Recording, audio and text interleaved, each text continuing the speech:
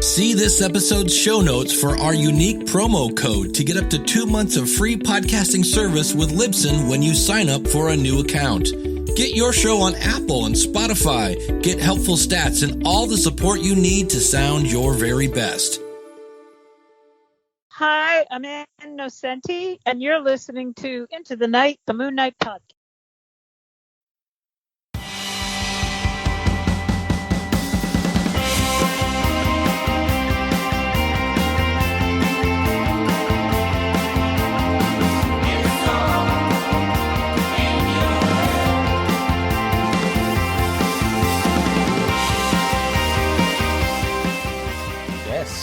Welcome back, loony listeners. You are listening to Into the Night, the Moon Knight podcast. You are with your High Priest of Conchu, Rey, as always. Hello, everyone.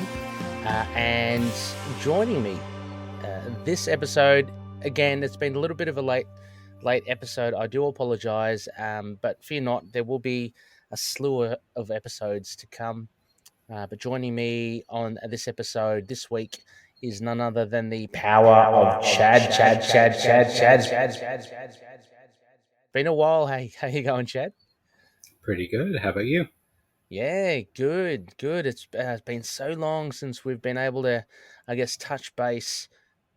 The last time we did kind of lock horns, so to speak, Chad and I did a Let's Get Sheet-Faced exclusive episode for the Patroonies. It would have been mid to late last year, Chad, I think. That sounds about right. Yeah. It was about when we first moved into the place. Everything was getting situated and just... Oof. Yes. Spoilers, no spoilers. Chad and I took some shots every so often for particular instances of a Moon Knight comic that we covered. Chad, for the life of me, I can't exactly remember what comic it was now, but that's... It was Down South, I believe. Oh, Down South, okay, because it was totally understandable because Chad and I, again, spoilers, no spoilers, had a little bit too much towards the end of that. We may have to rethink the rules for that, Chad, because it felt a little bit ordinary that night. But it was a whole heap of fun. I'm not sure about you. I hadn't had that much Kraken in a very long time. It was kind of weird because I don't know about you, had to keep appearances up, as we were doing the show, because we recorded it as well for posterity. Loonies, it's in video format, but keeping the game face on, Chad, I felt fine. But I think once the camera went off and once we said our goodbyes, I think I went to Dizzy Town. So it was pretty funny. Anyway, loony listeners, a little bit sidetracked. Chad is here today. We are going to cover a LUNAR-PICK modern run review. So if you look up in the night sky, my moon phases are a little bit discombobulated because of the tardiness of this episode. But when I did look up, it was a waxing crescent, which meant that we were doing a modern run review. Anything post 2000 Moon Knight. And so Chad and I are going to be looking at Moon Knight Volume 5, Issue 8. It's Part 2 of the Midnight Sun arc, which is the arc that comes after the bottom, Chad. So both written by Charlie Huston. Really good, really fun stuff. Can't wait. A big thank you, of course, to our Patroonies and our principal sponsors, Odin Sword, Frank the Think Tank, Mario Digicom, and Daniel Doing, as well as CLZ Comics, and Dreamland Comics from Schaumburg, Illinois. Before getting to get reacquainted a little bit more, Chad, I just wanted to say that we did, loony listeners, this is a continuation of a modern run review that we did all the way back in episode 151. So we're in the 300s now. So we took a little bit of a hiatus, you could say. Probably got a little bit sidetracked. So that was episode 151. I believe it was with Josh Geronimo Johnson. and so that was part 1 of Midnight Sun. So Chad and I, we talked about, we'll probably do a little bit of a recap because it's been so long for 7, but we'll definitely get stuck into 8. So yeah, Chad, as mentioned, we had a little bit of a talk before hitting the red button, but since our last conversation on the show, new place, you're telling me a lot of livestock. What are they pets? I mean, they do produce for you, do they? Or it's kind of both. It's yeah, we're getting a lot of chickens, and we just started a small family of bunnies. nice. Pretty soon here, we're going to start probably getting a greenhouse going so we can have stuff growing all the time. Cool. Taxes came back, so we can start putting money into that. But yeah, we have a lot of land that we just need to start managing. Self-sufficient. Don't have to. You can produce your own food and stuff. That's great. When the zombie apocalypse happens, Chad, I'm going to be coming at your door. Hopefully, you will accept myself in. Yeah, we can live off your your produce. But other than that, Chad, I mean, how are things going, like geek wise? Anything new? Anything new that you've discovered? Anything that we did talk about what you've been watching, but any recommendations for loonies? Let's see, recommendations. As far as reading goes, the 3rd book in the Patrick Rothfuss Name of the Wind series is coming out soon. Okay. We've all been waiting for that for years. Yes. It's like I said, the 3rd one in the series, and he's been teasing us for way, way too long. Right. And it's beautiful fantasy series. Okay, this is what I'm going to do. I haven't done this ever before, Chad. I'm going to take a pen and paper out, and I'm going to shit. I know they do still exist, and I'm going to note this down so I can add this in the show notes. So listeners, I'll put this in the show notes. Sorry, Name in the Wind, was it? Sorry. It's Patrick Rothfuss's The King Killer Chronicle, and it's The Name of the Wind is the first one. Name of the Wind. Okay, cool. Yep. If you need or want to check out more of that, Loonies, there'll be a link in in the show notes for all this. Awesome. Anything else, Chad? Any other? I mean, you did mention. I will say, what was The Last of Us? You talked about that TV show that has been pretty good. It's got Pedro Pascal as Joel. It has forgot their name. Young woman from Game of Thrones, right? Game of Thrones, yeah. You know what I'm talking about. Yeah, I know. I got her face visually. Oh, sorry. It's they're gender fluid. So okay. They. Yes. I can't. I can't remember her name, but funnily enough, Pedro Pascal. Mm-hmm. I didn't realize he was actually in Buffy the Vampire Slayer. Did you see that article? Yeah, as a young gothic version of himself. Yeah, it was NYPD Blue he was in. Right. Yeah. No, he was also. What was that? Another show or? Yeah, that's another show. Okay. Yeah. No, he definitely was a vampire in Buffy. Only I think for one episode. He was very clean cut and fresh faced back then, but that was interesting. Yeah, Pedro Pascal, enjoy his stuff. Mandalorian, of course, and I always remember him more for Oberon, Game of Thrones, and that rather harrowing scene when he faces what is it, the Man Mountain, or I can't remember what his name is. Yeah, he went up in a duel against the Mountain. And needless to say, he fared pretty well until just the end bit. No one expected that unless you've read it. Yeah. So, very cool. I mean, from my end, Chad, I have been, this is probably partly to blame for a little bit of slackness on my behalf. Marvel Champions. It's that deck building game. I know it sounds very. Marvel Snap is what it is. right? Is it no this thing? Oh, that's the different one. Okay, yeah. Yeah. So sorry, Loonies. There is a video for this discussion, so any visual references of we're showing stuff to each other, but it's from God, what was it? Oh God, Fantasy Flight Games, I think it's called.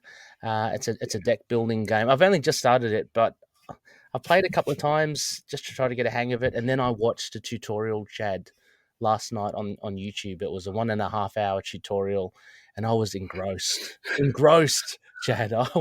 And then coming out of it, I was like, wow, this is so cool. I want to play it now. So that's been keeping me busy. A lot of fun. I managed to pick it up really cheap from a third party seller, so very happy with that. Other than that, um, just reading a lot of like back issues of like Hulk and Predator. So are you Mooney's gamma charged at all? Gamma Charge, yeah, exactly, the strongest one there is. Mooney has been, admittedly, I think has been a little bit quiet. We had that big flurry of activity with the TV show and all that. Oh, okay. Yeah. It's like with all the releases that come out, he doesn't feel very quiet. No, yeah. I mean, I guess if anything, the spotlight has kind of shifted. Like there's that moment where Miss Marvel, She Hulk, and Moon Knight were released on TV, and there's still stuff coming out. Like, actually, I should say in our White Noise, Rebecca posted some more merchandise that is going to be released. But yeah, I mean, after that initial thing, things have shifted now. What are we looking at? It's Quantum Mania, and a couple of movies have come since. So he's kind of receded a little bit. But yeah, it's good to reopen some of the old issues like we're going to do now. Yeah. And I should say, before I forget, I haven't got this in the prompt sheet. So a bit of White Noise, Midnight News.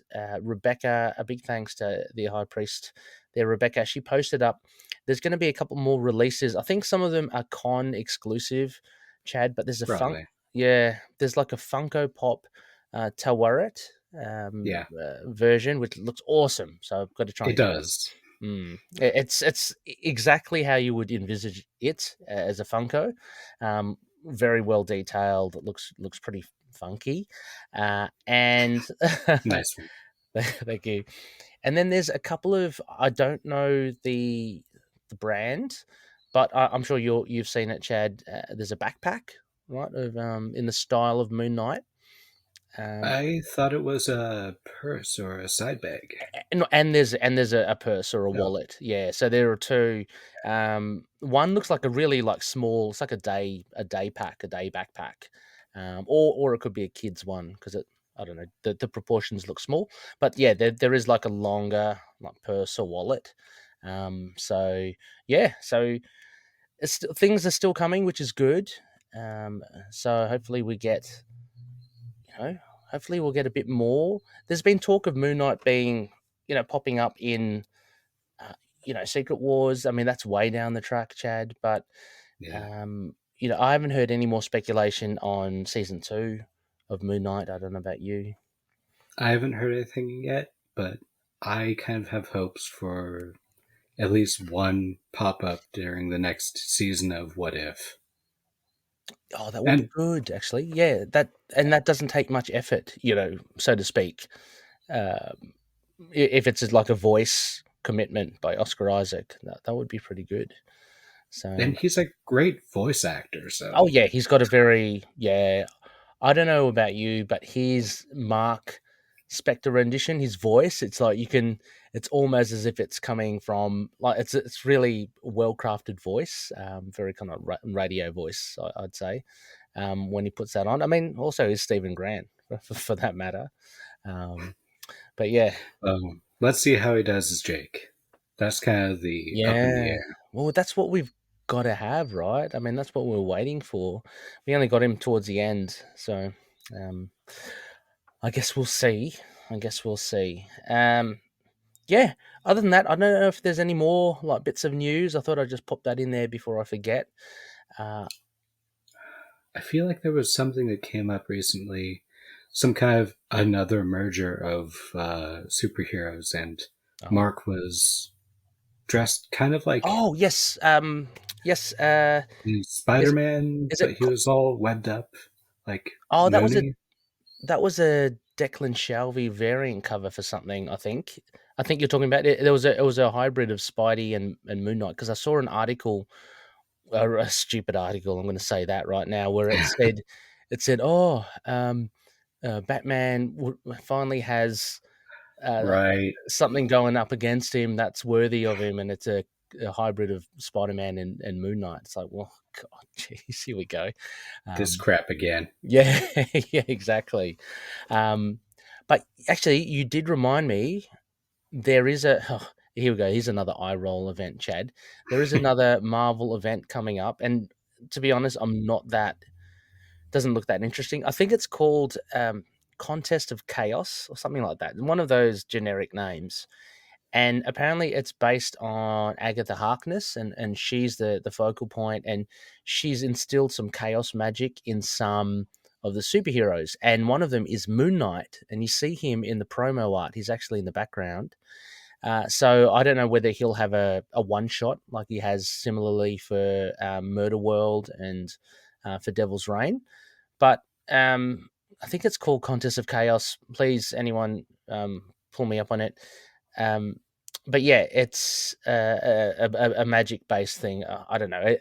To me, it doesn't look like it has any legs. It's one of those kind of do it and forget kind of events from Mm, Marvel. You know what I mean. It's not like yeah.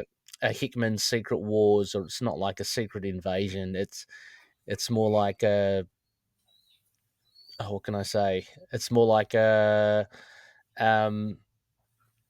a Secret Empire, with crap. One of those that really has no consequence unless something massive happens. Um, yeah.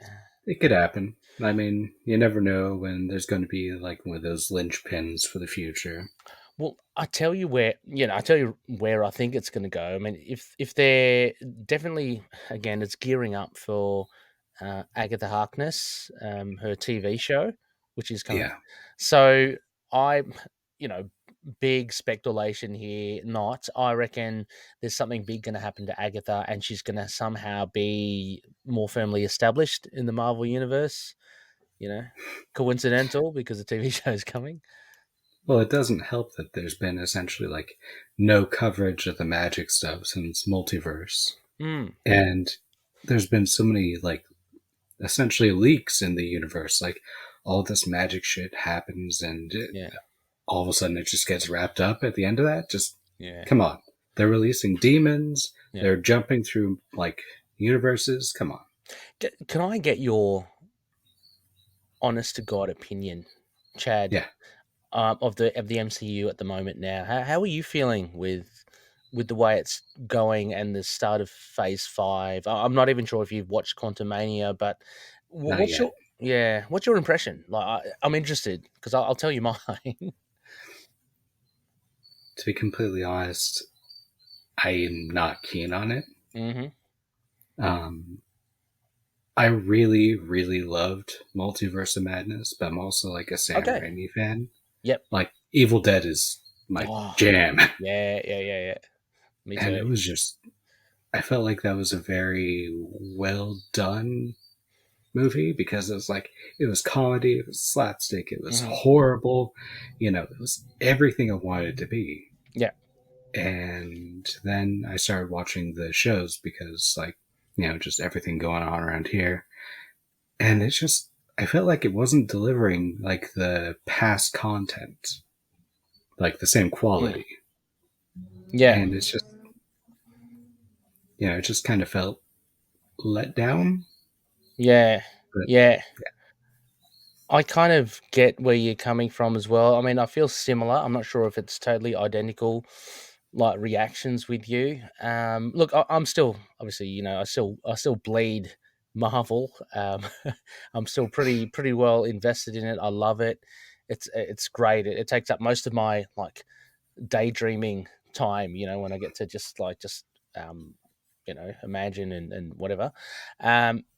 But yeah, it's not obviously, and that's hard to do. It's not capturing that magic that happened in the lead up to what was the Infinity War and Endgame. That first, the first three phases or something. That whole build up was just absolutely magical. And I think actually, as time goes by, we'll come to appreciate how good like those phases were because. I'm not getting fatigue from the movies and the content, but more so the multiverse aspect. I don't know if you. I just feel it's just kind of.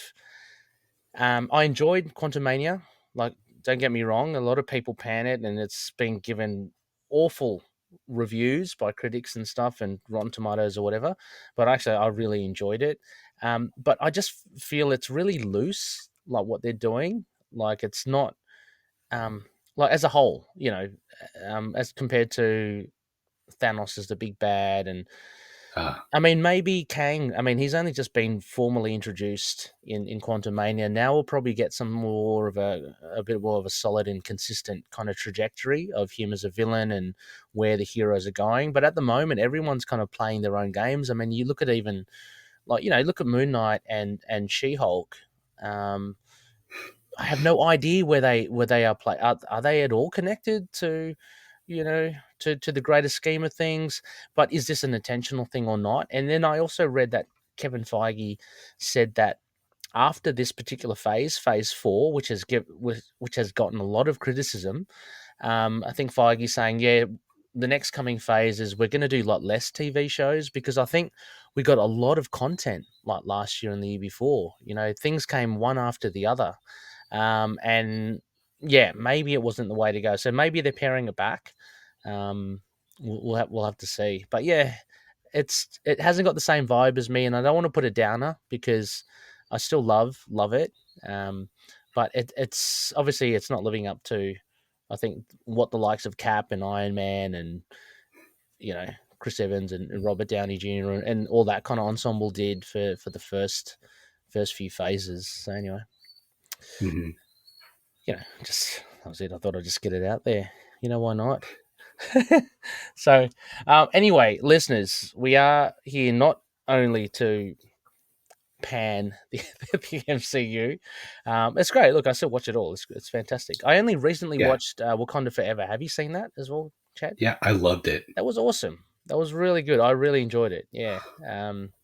I think Namor is fantastic. I mean, I loved how he treaded that line of he's really likable, but at the same moment he says things that are kind of brutal, and he does stuff that is He was the opposite of T'Challa. He was a good king, but he's an asshole. Absolutely, yeah. It's like that's how you rule. You gotta be like a complete dick. Yep. But you have to look over your people. Yep. I mean, you look at the likes of Doctor Doom, you'd see very much a similar sort of mold. But when he just like killed Ramonda, and then he says to them, "Look, before he flies off, just mourn your dead, have a bit of respite, and we're going to come back at you, again." So yeah, it's like I was thinking, oh man, he's a tough nut, but I liked it. I really did enjoy it. I liked it. I enjoyed Riri as well. I thought she was really cool. Yeah, I didn't expect to like her. Me too. Just because like I knew nothing of what they were setting up. It was just absolutely. How are they going to shoehorn her into this?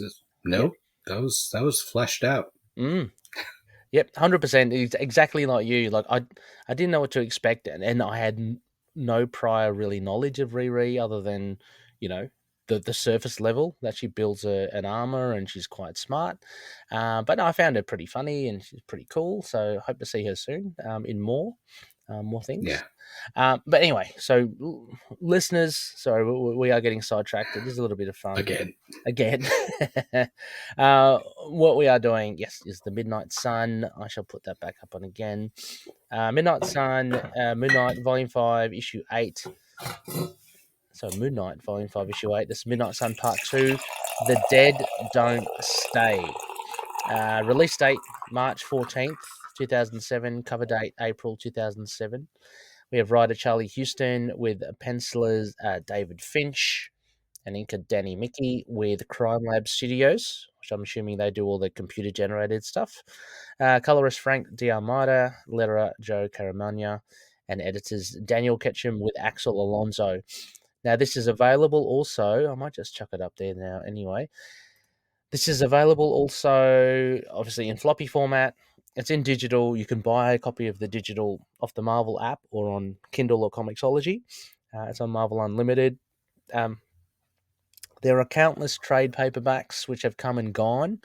And I'd have to say the most recent release of this would be in the Houston Horowitz Benson Omnibus, which was released, I think, last year. So you can relive it in all its glory there in like the larger print. Fantastic stuff. Yeah, Chad. I mean, like, you obviously have read this before and many times. Yeah. Yes. Where are you reading this one from? Are you reading a digital copy or? Oh, sailing the seas. Sailing the seas. Yo ho ho. Bottle of rum. I am. Actually, coffee. Coffee. Okay, coffee as well. I've just got the old trade as well, which is nice and handy. Good to read.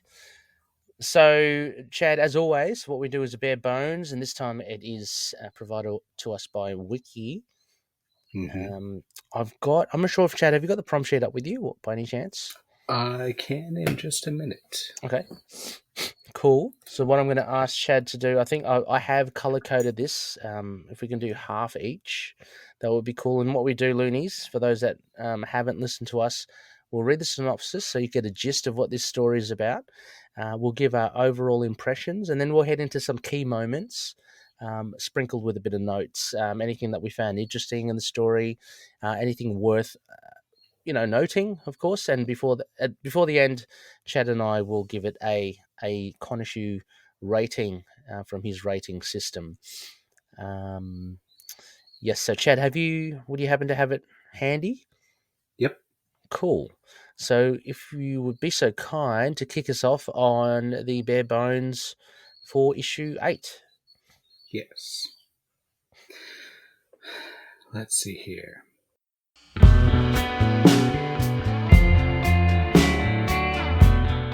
Flashback. It is the early 1990s, and mercenary Marc Spector and William Cross are stationed on top of a roof of a building. Marc aims a high-powered sniper rifle at the building across the street. Just as military officials escort a prisoner across the quad, he executes a blonde-haired woman who apparently revealed highly classified state secrets. Cross indicates that she had been previously brainwashed, and that she only revealed information already programmed inside her mind. Executing her was done merely to make the Germans and Russians nervous. Which, that's funny because of who Cross is. Yeah. It's Crossfire, yes, who mentally manipulates people. It's like, yeah, it's him. It's very good, yeah.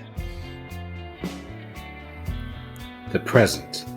Captain America stands in Marc Spector's mansion in his civilian attire, addressing by his former rank of sergeant.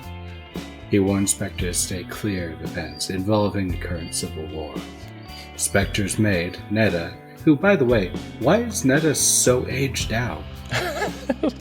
Well, it's been tough taking care of Marc, I think, she's literally just 30. No, I don't know, you're joking. But no, in this instance, Houston does make her a bit older. Yeah.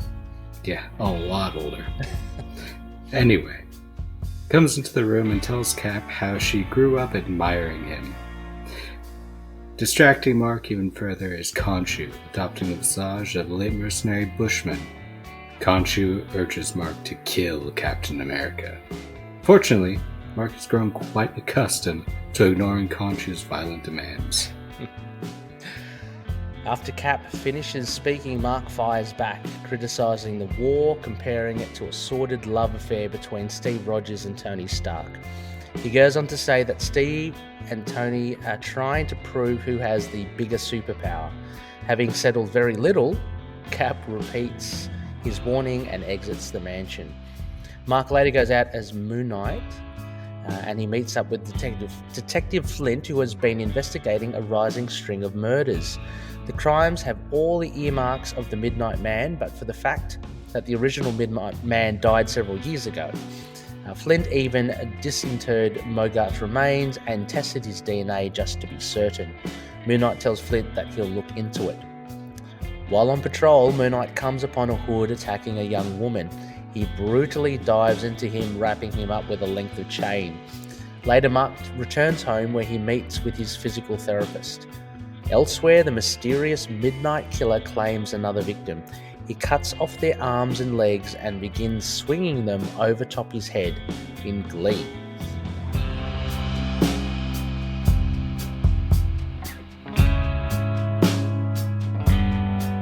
There you go, Loonies. A rather grisly, I found it, Chad, and jumping back into this series, a rather grisly, graphic portrayal of Moon Knight and the villains.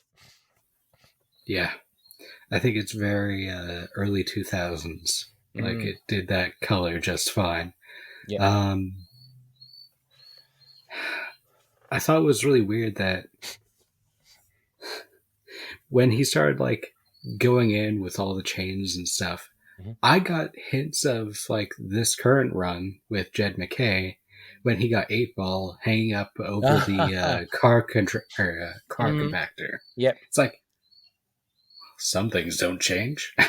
Yeah, that's a great observation. I think there definitely harks back to it. I think Jed's, giving a little bit of a nod and a wink to that because, yeah, I mean, he's absolutely brutal with a chain. He actually impales the guy's cheek with a hook at the end of it. You can see it on the page. Overall, though, Chad, what do you think? I mean, given that this was mid-2000s comic and it's it's a lot of Loonies' favorite, iteration of Moon Knight. How did you find coming back and revisiting this amidst, casualties of war, amidst the Civil War as well? I was pretty happy with it. Mm-hmm. Yeah, it felt like a lot of there was a lot of representation for different parts of Mooney that were seen, and he had restraint, but he wasn't shirking from his duty. Yeah, it was on point. Yeah, I'd agree as well. I think I was pleasantly surprised because it's been a while since I've read this, so a lot of it does seem, although the gist of the story, a lot of the scenes and the build-ups and the sequences, appear new because, I was obviously just can't remember it all. Yeah, I really enjoyed it. I was surprised at the, I guess, the tone of it, like just how kind of violent it is. And in one of my points straight away, I just put in, I found there was a distinct parallel between Jeff Wild Midnight and what he's doing, and you see Moon Knight, how he's meting out justice. They're both very violent. I mean, to me, this is almost like Max level, because I don't think you'd see it in today's comics, where Midnight is swinging severed limbs around and, that sort of stuff. Even... I mean, with Becky Cloonan's run on Punisher, yeah. It was pretty violent. Yeah. That's true. I don't know, but maybe it's the art by Finch as well. I mean, even just we should talk a little bit about just issue 7, the way it kicks off as well. Yeah. There was a sequence there, and for anyone who's a Mooney fan, you'd know it is Jeff Wild. I mean, there are hints there. Flint talked about it being Midnight Man, and we see in issue 7 the old like sewers. They have like the platforms, which was very much Anton Mogart's kind of hideout. We see Jeff overtaking that, but there's a sequence there with the nurse, Chad, where she's pretty much she rips off part of his jaw and she's doing stuff Hmm. to his face, and I'm thinking, man, this is really kind of like graphic. So yeah, I mean, so stuff like that, and then in here, and he's dealing like, you know, when he gets a guy in chains, the crime involved there, that's he's pretty much, the guy's a rapist, right? He pretty much Yeah. was taking advantage of it. It was a rapist gang, A and he rapist, was yeah, part of yes, it. because there was more than one. Yeah, right, exactly. Yeah. I mean, this is pretty dark stuff, you know. Yeah. Um, so you know, I kind of was great. I mean, I enjoyed it, but it was like kind of shifting gears to get back into this really dark world. Uh, Hmm. and yeah, look, one of the main things, key moments, I guess for me would have been the opener as well, Chad. This was a really cool, and you mentioned it in the readout. We get a nice reference to Crossfire. That's a very deep dive from Houston. He's going back Oh yeah. to, yeah. What's he going back to? Is it Defenders? That's the mid M- '80s Ma- Defenders crossover, or was it I Marvel believe. 2-in-1? I can't remember. Yeah, Oh, but two yeah, in one. 2-in-1. Yeah. So yeah, that's the 80s. That's like 20 years before this. Yeah. But we get a more grounded, I guess, a more, for better, all intents and purposes, a more serious, realistic Cross. You know, Yeah. I can't remember. He's not Darren Cross. Darren Cross is his brother. But Crossfire, I can't remember his name. William We were Cross. just William, I think reading. it's, Yeah, yeah, William. William. Yeah, William Cross. Um, yeah, we get a bit more of a realistic kind of how his skill set is applied, like realistically. And this is a murky job as well. Oh yeah, Yeah. they're literally in an alley taking out a witness who went ahead and just spilled her guts. Yep. But he put that information in her mind. Yes. Yeah. Which is So interesting. it's like, holy crap, you Yeah. are just setting someone up. You need a fall, and that's what entire hit is. Oh yeah, she is an absolute pawn. Or as you said in the thing, the only intent is to uh, um, showcase this to the Germans and the Russians, and to kind of send a message. The poor woman, and again, like we're talking about graphic nature, even the way, even though you don't see it, just the way it's implied here with these panels, Chad, I think is just awesome. She's kind of meekly coming out. She's in someone's sights, like marks or, you know, crosses, and then next you just get this splatter on the wall. It's just pretty brutal. Yeah. And you get the reactions of the person in front of her and the guy behind her. Very brutal stuff. But yeah, I really enjoyed this because this also gives us an insight into Marc's past again. You know, so Hmm. yeah. It also touches on Cross being kind of misogynist in the Mm. dialogue. He's trying to tell it like Oh really yeah, depreciating joke, yeah, and Mark is just, I don't care. I've probably heard it. yeah, I've probably heard it. No, I haven't heard this. It still sucks. yeah, yeah. It's yeah, exactly. Um, so yeah, a good way that Houston has kind of captured in only a couple of pages the type, the character of Cross, you know, and the world that Marc is in. Like he's in amongst this. He's working with this guy.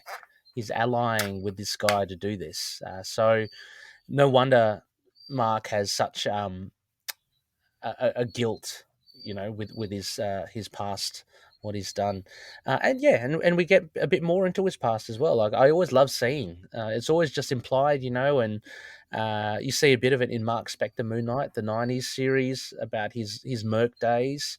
But Yeah. it's always good to see. We see in High Strangers his CIA kind of connection, so it's good to see. Yeah, High Strangers is such a trip. it was Like a weird trip. literal and figurative. Yeah, it was. It was great. Anything to do with Loch Ness Monster. Did you see that thing about the Loch Ness Monster, Chad? I like telling people about it. Did you see the thing online? You know the famous photo of the Loch Ness Monster. You know that kind of blurry, the black thing. It's actually a whale. Yes, a whale's yes. penis. A whale's penis. That's crazy. That's crazy. That's probably what it is. And we've built this whole mythology over it. And there was just some whale kind of courting some female whale, or you know, just having a fun time. That's hilarious. Anyway. Just thought I'd throw it in there, loonies. Uh, Chad, I mean, we can bounce totally. We don't have to Mhm. go sequentially through this issue, but what was another big key moment for you? Like, what kind of really were the main themes of this issue? To be completely honest, there was one moment with Cap. Yep. He was like scowling and being all like dour and whatnot, Yeah. and he tries to level with Marc. But the thing is, he's wearing his armor underneath his fatigues the entire time. Yeah. It's like he can't trust Marc completely. Oh, Like, would you though, Chad? Would you? no, but Yeah. like, if it came down to Cap versus Marc Yep. in like this era, Mm-hmm. I'd mark it up to Marc. Mm-hmm. Like, there's nothing Cap could do at this point. He didn't have a shield. All he had was his armor and his wits, and Marc was like his behavior right now. Yeah, absolutely. Yeah, I mean, I love this depiction of Marc as well. And again, going back to issue 7, there's again a sequence. Though you're talking about going up against Cap, short, but Cap has got the super soldier serum, right? Yeah. Because Marc, there's a sequence in issue 7 which is glorious. It's where Marc's getting out of bed. And there are just creaks and cracks from his bones and joints, and he's even cursing and groaning as he gets out of bed. And I think Samuels gives him like a water. I'm not even sure if he's given him an aspirin or something, but Marc goes, "Oh, you're trying to poison me." But I love it just how it shows his human frailty. Like, he's a superhero, he goes out, but like he's hurting. You see the likes of Daredevil and Punisher, because they're essentially human, doing superhuman stuff. The same is with Moon Knight. Everything is kind of pushed to the limit. Like, his knees are only just healing as well. That's not that long ago that he was kind of wheelchair bound. So anyway, going back to this confrontation with Cap, I thought was really good as well. And we did mention that this is part during the Civil War. So actually, I like how this arc kind of traverses that event and doesn't linger too much on it, but it essentially is, part of it. It doesn't glance over it at all. No, it ties in pretty well, and I think you get a substantial Cap here, because, frankly, the actions of Moon Knight would come up on the radar of both Tony Stark and Cap.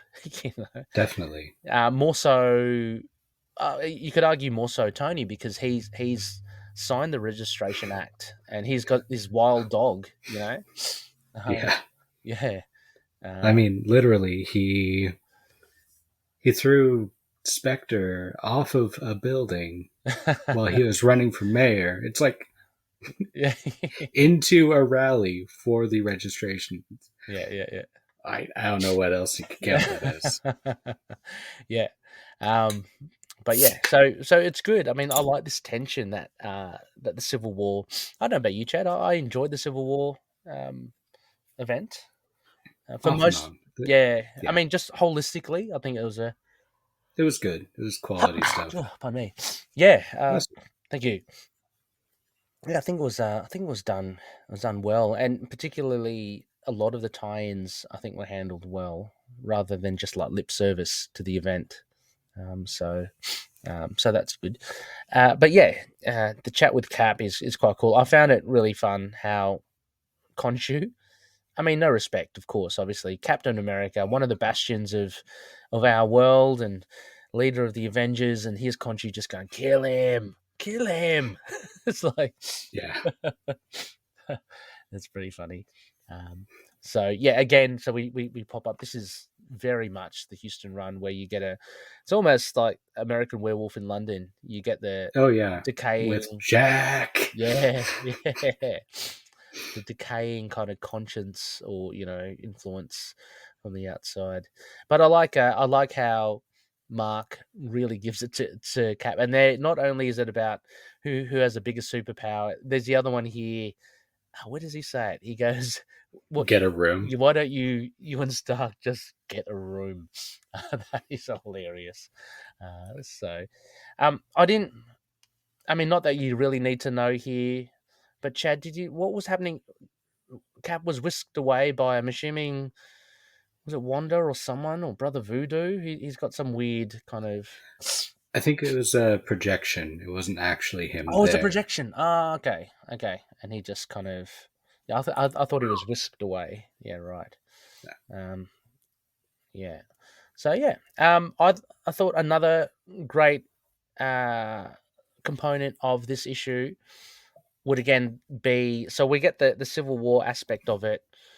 You know, we get Marc's role in the superhero society, but there's something happening as well. There are these murders. So I also enjoyed the conversation with Detective Flint. I thought that was really good, very consistent. I mean, in the bottom run, obviously Huston writes him, so I love how he's got that kind of, what do you call it, nuance of just like going sure. You know, that's his kind of Flint's, I don't know, mannerisms. But yeah, he has I mean, obviously he's trying to find out what's happening here. They think it's Midnight Man, and I love the fact, as you called it out in the wiki, that he exhumes Anton Mogart. Like, you know, because Mark's going, oh, he may be dead, but no one ever really dies, like in this universe. And he's going, well, especially Marc. Exactly. Well, he knows better than anyone else. But Flint goes, no, we actually exhumed him. we took a sample. He's dead, so it's not him. Which right away, Marc would be thinking, I reckon you'd be thinking Midnight Man. You'd be thinking Midnight before Midnight Man, surely, wouldn't you, Chad? Oh yeah. Yeah. Especially considering, you know, all of Midnight's, you know, background right now is like, you know, aliens, you know, just like extraterrestrial shit. He's probably in some other part of the galaxy. Yeah. But no, Anton Mogart as well, pretty much just limited himself to stealing art. You know, that was the main thing. I like the little reference, the call out to him being disfigured, which we see in off the top of my head, I think it's Moon Knight 4 or 5 or something, with Midnight Man, where he falls into, what is it, Chad? It's like a sewer of like sewage treatment. Yeah. It's sewage. So basically, he got disfigured from poo. Poo and cleansing chemicals. And the cleansing chemicals. And that's really. Yeah, there should be a backup story for the Midnight Man, Anton. They should. I don't know. Somehow he comes back to life. But yeah, that's like shredder business. Yeah, yeah. It's like, you know, dumped in trash, compacted. Yeah, came back. It's a Toxic Avenger. That's what I'm thinking. So Toxie. Oh, there's going to be another Toxic Avenger movie. Oh, is there? Really? Yeah, starring Peter Dinklage. Oh, cool. Lovely. In the titular role, or? Yeah. Oh. Cool. I'm a big fan of Dinklage. I think it's great. Yeah, cool. I'm wondering what they're going to do with it, but anyway. Just things you hear about. Oh, okay. Oh, we'll have to wait and see. Yeah. So, you know, some grisly stuff happening here with. I'm just trying to quickly see. There's a little bit of tension. Actually, towards the end here with Flint and Moon Knight, and Flint says, you know, other cops get Spider-Man. You know, I get the damaged one. I get the king of the rejects. So he's. And that's rough considering their past. Yeah, exactly. I was thinking that too. Yeah. It's like all the times Mooney swept in, helped out, did the impossible, and Flint's just unappreciative. Yeah. I mean, on his in his defense, I guess Mooney has ramped up his level of violence and stuff since things. So maybe Flint has I mean, actually, Flint has been dealing with his victims with crescent moons carved into their head. So yeah, so maybe he just feels a bit fed up That's with a this good guy. point. Yeah. Can I just say that Yes. Flint A looks better with a mustache, Yeah. and B, at the beginning of his intro here, Mhm. he caught a crescent moon and shattered it. No, I think Mooney just didn't he hit that into he cut Flint's. Oh god, I'm going the wrong way. Sorry, just with some panels here. I think Mooney cut the cigarette from Flint's. Is that what it was? Yeah, let's have a look. God, why isn't this going backwards? Oh, yeah, here we go. God, let me. I'm just trying to take it back here. So there's that one. Let's go back. I think Mooney throws a crescent dart, and he clefts the ciggy in two. Ah, you're right. Yeah, which It just really flourished there. It's yeah, hard to see. and then he's just holding the butt, which adds to why Flint would be pissed off at Mooney as well. I mean, he just got thrown a dart at his face and just missed him. So Mooney, I don't know what you're doing there, but I did like the way that Moon Knight, all levels of justice. He says, Flint, what does he do? He drops the chewing gum wrapper on the floor. And Mooney goes, pick up your garbage, detective. No one likes a little bug. He's like, even literally. Ironic. Yeah, exactly. Well, nothing escapes his, his purview as a superhero. Littering, jaywalking, and ripping limbs off of people and murdering them. He does all of it. So, have you got any other points there, Chad, that you wanted to raise? Not off this issue. Yeah, I mean, we could, I guess, there's not really much of Midnight. I was about to say, because that is the focus that's coming up. We still don't get, until next issue, we still don't get his reveal. So unless you're a Moon Knight fan, you would really not have a clue who this guy was. And even the reveal, if you hadn't read a lot of Moon Knight or Amazing Spider-Man, you wouldn't know who this guy was at all. But yeah, so that's bubbling up. We talked about how about Neda's tie to Cap? That was pretty cool, I thought, Yeah.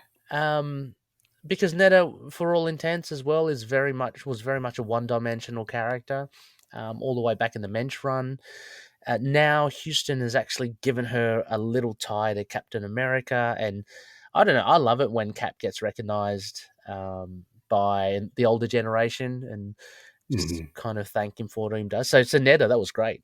I mean, that's actually added a bit more to Neda, and in that small space as well has given her a bit more of a back history. So she mentions something about her parents. Let me just go back here. Just down here. When she was a girl in Vienna, my mother was Jewish and was subject to the Blut und Ihre laws, and my father sent me to England. I was a baby, but the Blitz, I was old enough to remember. So she had this kind of, she looked up to Cap, and it's, I don't know, I just thought it was a nice little touch from Huston. Yeah. Yeah. And Italy at that time, there was a lot of classist strife. So they were Jewish in Italy. Yeah. Oh, right. crap. Oh, yes. Yeah, for sure. So, pardon me. Nice little touch there. The only last thing I would do, I would say, Chad, before wrapping up this issue would be, I guess, the end bit, which it's not much of a cliffhanger, but it introduces Rob back into. I guess it reaffirms Rob as the PT, the personal trainer for Marc Spector, and I mean we'll see this later. This will become a recurring theme later on throughout this whole run, like the 30-issue run. It pops up later in the Benson run about Rob. He must be attracted to this danger that Marc kind of exudes. And then we do get, I mean, I think it's in the next issue, but we do get a lot of conversations with Rob, puts strain on the relationship with the fact that Frenchie is trying to give him advice, like just don't get too caught up in Marc's world because everybody gets hurt, you know. So Yeah. So we got a bit of an introduction here, like Rob. For me, I can't reread all this dialogue really quickly, but he kind of implies a little bit of a fanboyish nature towards Marc. Very excited that he's the personal trainer. And he talks working about like a superhero and yes, yeah, exactly. Well, there's a fun little bit where he talks about Luke Cage, and he talks about his old costume with the big yellow puffy shirt. How we should rock that again. But yeah, I think what I gleaned from it was his like playful banter with Marc was one of just excitement. He's like a puppy, you know, with Marc because he's just happy to be amongst a real superhero. But yeah, any other notes there, Chad, that you'd like to make mention before we give this a rating? No, No? I think that's it.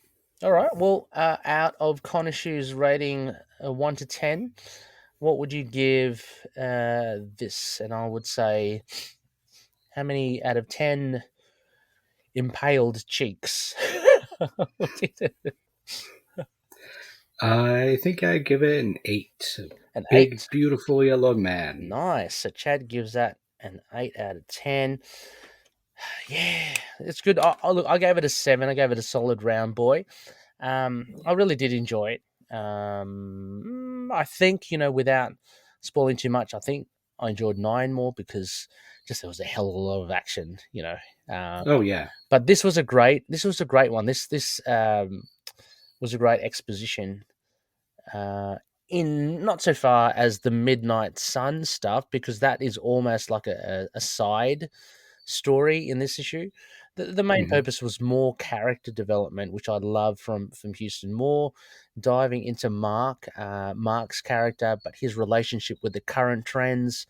So we get Captain America, who, out of all the other superheroes, you pick Captain America to talk to Marc, and he's like the Boy Scout, or one of the most pure, I think, of the superheroes up against this kind of really rogue superhero in Moon Knight. I thought it was very interesting, as well as the likes of Detective Flint, Netta, Rob.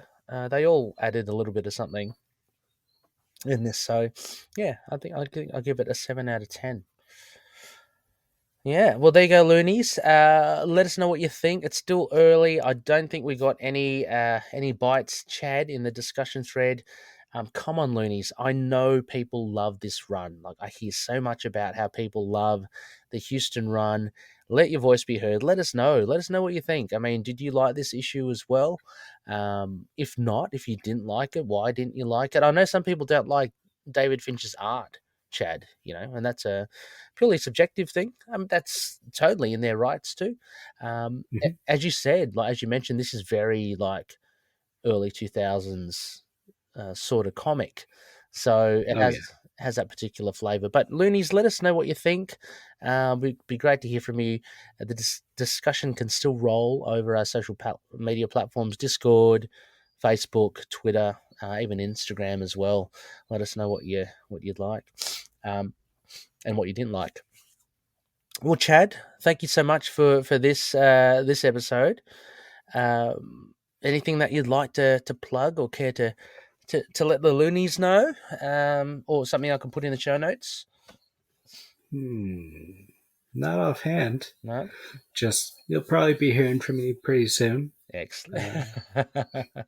Excellent. That we can be sure, for sure. I mean, I'll put in also, Chad, Captain Harlock links in the show notes as well. You can find Chad there. His other passion, Just shit posting, making memes, all that jazz. All that jazz as well. Yeah, it's top stuff. Go check it out. Links in the show notes. To let you know as well, on my side of things, just recently released a Spider-Woman episode, To Know Her Is to Fear Her. Sarah and I, we looked at the first issue of the Bendis run of New Avengers, which kind of slowly, is the beginning of what will eventuate 5 years later into Secret Invasion. So it is a seminal moment, Chad. Actually, New Avengers issue 1 is the first time we see Jessica Drew back in comics for 20 odd years. Like she after the Volume 1 series and some like incidental cameos here and there, like in the Avengers. She actually sword stuff and all that jazz. Yeah, she comes back. So yeah, that's exciting. That's out. And there's a bonus episode on Predator and Prey with the boys over there, Hutu Clan. We chat with Josh Pruitt. He's a writer, a TV writer, Emmy nominated TV writer, author, and storyboard artist. And we chat with him about many things. And one of them is his entry into the anthology of the Predator novel, Eyes of the Demon, his story, Ghost Story. Josh is a fantastic guy to chat with. So, yeah, go check that out. I'll put that in the show notes as well. Next phase, loonies, just keep your eyes and ears peeled for that. It's a little bit fluid at the moment. I'm not too sure. I had things planned, but things might have to shuffle around. So just I can guarantee you the next episode will be episode 321. That's all I can guarantee. It is 320 now. It will be 321 next episode. Everything else TBC. Let me take this one off the cards here. Video wise, I will post up a huge thank you, of course, to our patroonies. Thank you so much for all your support. Please follow us, support us, patreon.com/ITK Moon Knight. Bonus episodes will be coming. We dropped one just recently for February, just at the end of February. We've already got one for March. We've got a fair few coming up too. So you'll get monthly episodes, plus plenty of other incentives. Big thanks to the likes of Odin, Frank, Daniel, Mario, Justin, Derek, Wayne, Josh, Anthony, Russell, Michael, Drew, Matthew, Jonathan, and Dan. And again, patreon.com/ITK Moon Knight.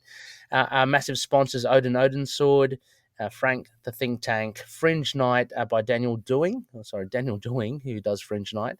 You can support his comic at patreon.com/Fringe Knight 27.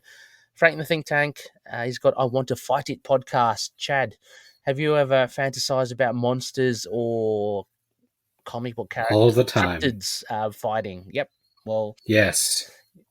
Frank and his nephew talk about if they were to come against, say, a Minotaur, how they could take them down. It's pretty fun. Go check it out. And Odin Sword, they haven't been that active lately, but you can catch their last year's catalogue of Drinking Marvel podcast. CLZ Comics, go check out collectors.com for how to get a good comic book database for your collection, and use the code MOON to get 20% off Dreamland Comics online store. We are part of the collective. Plenty of great shows there. I'm just going to say, I'm going to actually welcome new member Comics Over Time. So Patroni Dan Newland and his co-host Dwayne have a new podcast called Comics Over Time. Chad, it's really interesting. They review comic books that directly inspire plots and stuff from the MCU movies. So so they recently did Quantum Mania, the story points from there and the comics that influenced that story. Very interesting stuff. People would know Dan and Dwayne from Phases of the Moon Knight. They did a Moon Knight podcast as well. Okay. So we've welcomed them with open arms into the collective. Please follow their show. So a big shout out to them. I might post up here you can contact us, feedback at itkmoonnight.com. We've got a website, itkmoonnight.com. We're on Facebook, Twitter, Instagram, and YouTube. And the thing to remember is ITK Moon Knight. That's a handle for all of them. Recently, YouTube, you can just type in youtube.com/@ITK Moon Knight. So that's easy to find us there. With that, Loonies, a huge thank you once again. Chad, it has been awesome. Absolutely awesome. I have a feeling that things will continue. Yes, but let's just very cryptic there. And I can hear a rooster, Chad. Is that yours? Yes, that is one of 3. Do they have names? Yes, there is Elvis. There's Chad. That was actually given to us before we had it, so it's coincidental. And then there is I forgot the last one's name. Wolverine. Yeah, Wolverine. I don't know. Something that really No, excellent. Well, Loonies, we better go. Thank you so much once again, and as always, may Khonshu watch over the denizens of the night. Catch you later. Bye.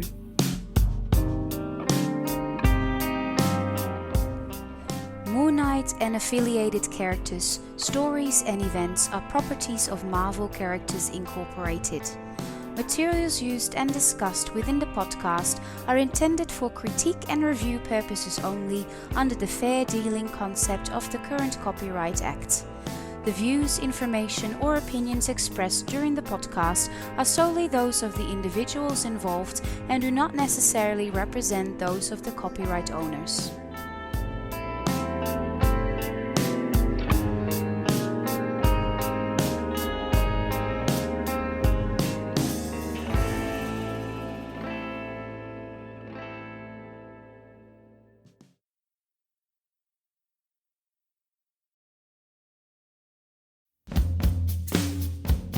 Hello world, it's time to open the green door and enter the strongest podcast there is, Gamma Charge. Twice a month, Russell and I dive into the history of the Incredible Hulk in comics, film, TV, games, and more. That's right, Justin, and we rate and review all the Jade Giants media, good and not so good, with a smash or a gamma clap.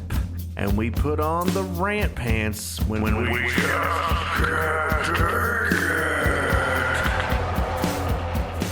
And join us on Patreon to get exclusive bonus podcasts, prizes, and more at patreon.com/Gamma Charge Hulk Podcast. We will see you real soon, Gamma Beasts. Stay green. Gamma Charge. The strongest podcast there is.